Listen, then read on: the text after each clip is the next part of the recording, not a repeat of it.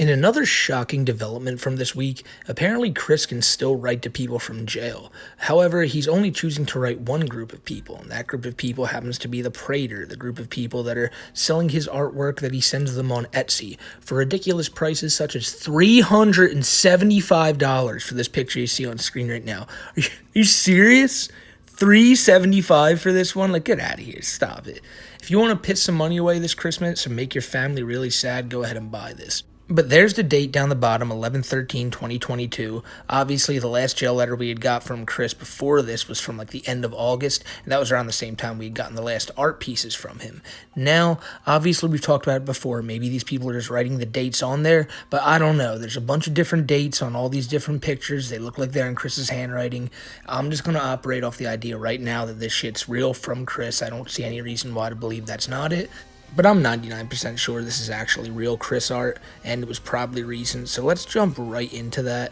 And I feel like some of you could be curious about what this means considering the comeback that we had the other day, and I'll talk about that all at the end of the video, so stay tuned for that, as well as another announcement about our streaming schedule and what you guys can expect. So stay tuned for that after the fact. Let's read this first one, because this is like almost a whole comic book page here. We see a Sonichu on top, which I assume is the regular Sonichu, asking, "What store are you in?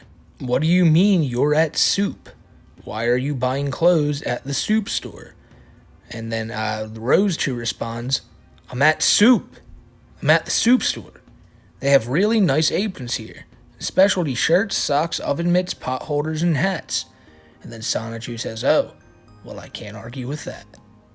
This is just phenomenal writing here from Chris, and you know that he's really missing the outside world, because I know it's hard to see on screen, I know everything's really small, but if you look in the background, all the things on the shelves are all named, like they're named like the actual products, because Chris still has that whole product placement, logo bullshit always in his mind. He's always thinking about fucking consumerism. Soup mix, Nissan top ramen. We got cup noodles 10-pack. On the bottom we got Progresso 4-pack vegetable soup. Like he's just imagining he's walking through the soup aisle, which he probably walked through many times in order to pick Barbara up whatever she needed for the night. And it's just funny to see Chris in the jail just thinking about the outside world. And when he thinks about the outside world, he thinks of a fucking soup aisle.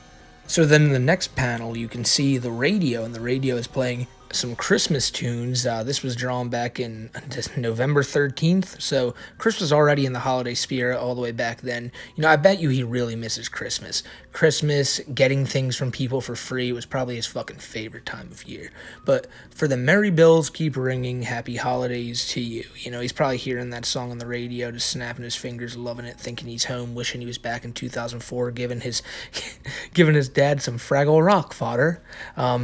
Oh, and then Rosechu says, "Oh, here they are, right in the back of the store. I'll be home in a little while, Sonichu." And then in the next panel, there's a picture of Chris Chan Sonichu on the wall, and there's a picture of Sonichu looking at her saying, "Ah, buying clothes at the Soup store. Me."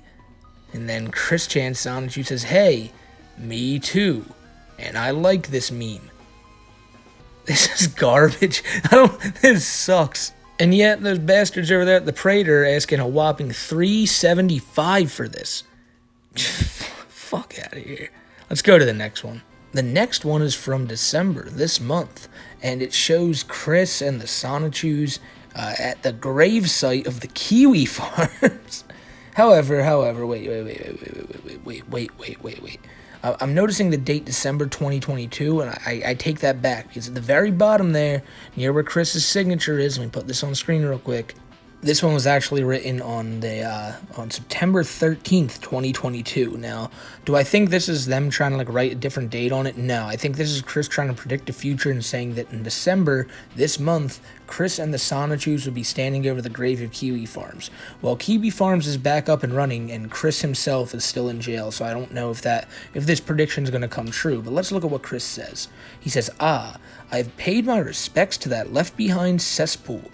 Let's go. We've got a couple of more stops to make. Oh yeah, didn't Onion Farms collapse a day or two ago? Yep, that... what is he writes it so small up there? But I'm sorry, I'm zooming in on my laptop. The only thing I can make out is that Bullington Kelly. Like, what's a Bullington Kelly? I know some, like I said, I'm used to this. A lot of y'all are gonna be in the comments saying like Smokey. It's so easy to see, but that's what I'm reading right now. But yep, that Bullington Kelly went down with the Antichrist that was running it. I gotta pick up his urn from the creamery. What? I assume maybe it says something about Kenneth up there, but I just can't read it right. But yeah, this is Chris predicting his future, which is not anything like the future that was in the future for him. His future is just sitting in that jail cell longer and longer until his upcoming hearing date, which is 9 months away. August 8th, 2023 is the next time Chris's hearing will be. So the next time you hear about Chris going to like court, all that stuff, it'll be in almost 9 months. So you guys got a lot of time to wait here. This picture Chris dedicated to one of his favorite things over the past couple months while he's been in jail, and that's the Akashak records. Loves them things. But in this picture here, I don't really know what he's trying to represent. It just looks like a really poorly designed water park, and he's going through like a log flume or something. Now, I'll say this. Chris has never, he has a CAD degree, but he's never been too good at it. So I can clearly see this being his foray into the water park business. All jokes aside, though, I don't even know what this represents. I think it just represents Chris probably flying through the cosmos. I don't know. Some of these like kind of reminds me of that level in SpongeBob's Battle for Bikini Bottom where you jump on notes as Squidward. I don't know why, but it just kind of does. There's not much to this picture, but trust me, we got a lot more to look at. And even one that's just like, it's the longest, the biggest speech bubbles. It's so small to read. I'm going to have to really zoom this up on my computer to actually get this one read right. I believe the next picture you see on the screen now also represents the Akashak records. I don't know what Chris is trying to do here. He's just wondering, like, how is he going to take in all this information, He's so wise already, but he has so much more knowledge to learn. It just goes to show the ego. Like, he's trying to tell people, like, while he's been in jail, he's been absorbing so much knowledge, and he knows so much now. He's just become like an oracle. But yet, he's just dicking around in his jail cell, probably listening to the radio, drawing Sonichu stuff. When he gets out, it'll be the same Chris we've always known, just with a little more ego about him because he thinks he's a deity. He thinks he's Jesus now. So this one is really confusing. It's a moment in time between new Chris and old Chris at the Sonichu Temple, October 13th, 2022. Whole undivided Earth of Universe 4DIC. 4DIC? You're in Universe 4DIC, bro? 4DICs-211987. And this was, okay, so once again, this is supposed to be at a later date, but this was drawn on 09/19/2022. I don't like the way those nines look. They don't look very Chris-like, but then again, who am I to say? So I assume we're going to start with Chris's top bubble first, the old Chris, so let's start from there. It's a real long conversation here. There's another date on the bottom of the other side, too. This is October 2006. This is really confusing. I guess that's what the era this Chris he's talking to is from. I don't know. This is some Inception shit. But so let me get this straight. You are the future version of my 1218 Earth self counterpart and still God? And then new Chris responds, yes. And you are a trans woman, thus putting my homophobia at a moot point? And then the new Chris responds, yep. And then Chris responds, I still can't get over how sexy and awesome you are. 2006 Chris would not have thought that 2022 Chris was sexy and awesome. He would have had some really choice words for him. Don't even try that, Chris. Or rather, I will be, or something. And then new Chris says, thank you, Chris. And then the old Chris responds, and Megan swindled and manipulated you out of all those purchases? And from late 2007 to 2021, 9 people took advantage of you from the internet, pretending to be women interested in you? And then the new Chris responds, yeah, and yes. Man, Chris has a lot of really specific questions for the new Chris, but those males pretending to be woman, and then the new Chris responds, some of them actually were at least one woman who faked interest. And then Chris responds, that baffles me, but I'm still ticked off. Man, I feel like there was a lot more than 9 women, but I guess that probably is the accurate number. But then new Chris responds, I was too. Then old Chris responds, you're married with Magichan and Mewtwo and Sylvana and Krizzle, and I work and I end up a single parent of 2 kids.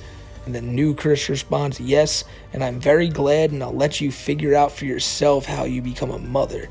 And then old Chris responds, on the one hand, by my return to 2010, I'll have dodged many bullets. On the other hand, my love quest is self.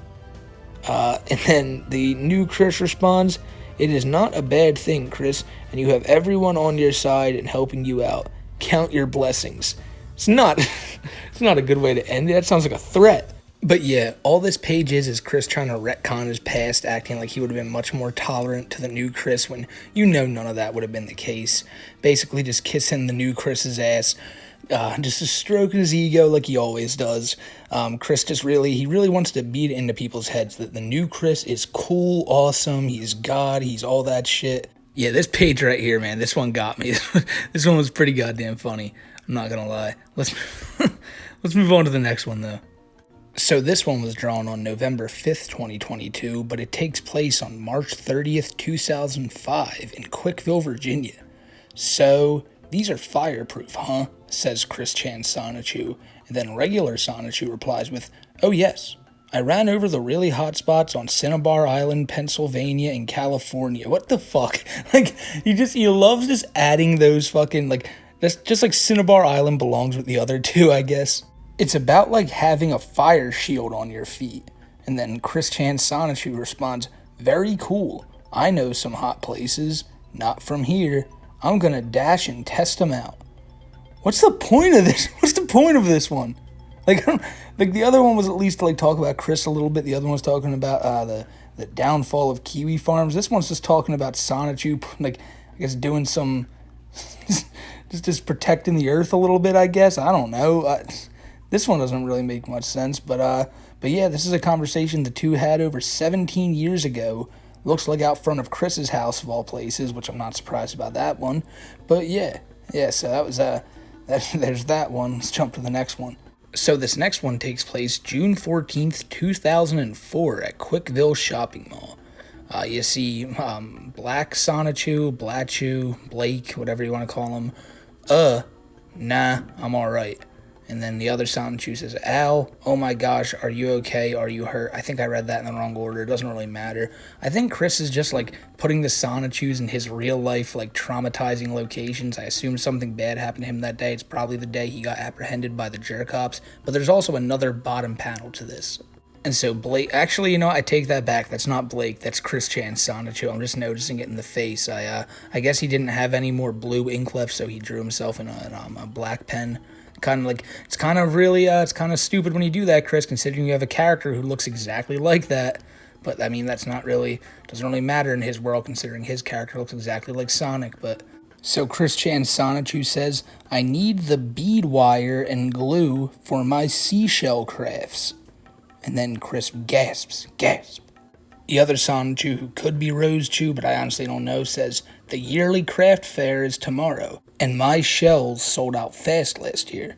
Anyway, I gotta run. I'm sorry for the accident. Bye. And Chris says, wow. He can't believe this fucking Sonichu just completely ruined his whole seashell like thing he was gonna have for the fair tomorrow. I feel the pain of Chris Chan Sonichu here. We've all been in these shoes. This next one is just Chris promoting himself again. Chris Chan Sonichu, volume, those two symbols, I think one is volume alpha omega, is that what that means? RCA, Selective Vision Video Disc. It's just, every time I look at something like this with Chris putting Chris Chan Sonichu on the cover, I feel like he thinks, he wants to retcon everything. I think he regrets even creating Sonichu to begin with, because I think nowadays he feels like since day one it should have been Chris Chan Sonichu. Because no matter how it's gone through all the past, 10, 15 years of people telling him not to put himself in his own work, that's never gotten through to him, because he thinks that's the only way he's got to do it. He's got to make himself the star. And now Sonichu's basically become his sidekick that shows up every now and again, maybe pokes his head up at the a soup store, but the real star, the one who's got to be front and center, is Chris. And it's always been that way, even since the first Sonichu comic book with Chris dedicating a whole page to himself. But I think things like this, even just little drawings that probably don't mean nothing, just kind of show me that, yeah, Chris is probably thinking, damn, Chris Chan Sonichu's the real star, and that's who the people want to see, not knowing that no one really gives a shit about Sonichu anyway. Nonetheless, that's Chris's line of thinking. This one looks like some videos Chris was probably watching before he went into jail. But in this one, he says, December 22nd, 2004, epic fail for Nate Cirque. After attempt for fresh Sonichu fur sample, curses Team Rocket, failed again by us meddling Pokemon. To get back at Nate Cirque, they tied him up to a wall upside down. I don't even want to know what type of time those Sonichus are on right now, man. Look at that. Look at those evil looks in their eyes. They're about to get up to no good. I don't want to see the next scene of this video. But 10/20/2022, Jesus Christ. He drew the 2 in 20 like a 5, so it looks like 10/50/2022. That makes me think all the more that it totally is Chris, because only he would do something as fucking preposterous as that. So that's all the jail art we got right now, but if they're coming out like that, I assume many more will be coming soon. It's surprising to see Chris still writing from jail after the last correspondence letter-wise being back in the beginning of August. A lot of people assume that his lawyer had told him to shut his mouth, stop writing letters, because he was really incriminating himself, making him sound really bad in those last few letters, wishing for Barb to kick the bucket, all that. We've already talked about that in detail. But I think that maybe Chris probably convinced him, even though Chris is not very convincing, to be like, hey, well, can I at least send art to these people and all that? He's probably like, fine. I don't know what's going on there. You don't know what's going on there, but I assume because Chris isn't writing any real letters and all, but that this is probably what happened. But at the same time, he probably could be writing letters to these Praetor people, and they're just not releasing them because their only interest is selling these letters that Chris sends them in order to get money. They're probably keeping a profit of it, sending the rest of Chris in jail for commissary. I'd assume that's what's going on here, but I don't know. And like I said, as of right now, no one knows until we hear it from the horse's mouth himself. But apparently that horse has been muzzled by his lawyer and will only respond to certain people. So we'll have to see what happens there. But like I said, I think this really supports this theory that people were talking about, that Chris, Chris is being told by his lawyer not to write to other people, not to write anything, only really sending these jail letters. That's just my opinion. The final thing I wanted to talk about here is the one that I feel like is on a lot of people's minds. Well, now that we know Chris is able to write from jail, do you think he'll comment on the return of Liquid Chris? Well, I think people will probably, there's definitely going to be some weens out there that are definitely just getting the trigger figure to pick up a goddamn pencil and write him a letter right now. But at the same time, I don't think it'll even, if Chris sees it, he probably won't even believe it. And secondly, he's not writing to anyone right now, so I don't think he'll respond to anyone else. So I think anyone who's doing that is just wasting their time, wasting the paper they're writing on. But it would be goddamn funny to see Chris just out of nowhere come back with a letter and be like, oh, no. Like, you're really going to do this when I'm behind bars? Like, that would be hilarious. But at the same time, if he does hear about it, the most likely answer he would give would be, oh, that troll, well, now that I'm God, it's clearly not the real Chris Chan, because the real Chris Chan is God. And then watch that guy playing Liquid come back on the next day in like a swaddling robe, like, oh, it is I, Ian. I've ascended from the heavens to beat you in another SingStar competition. Chris would lose his mind.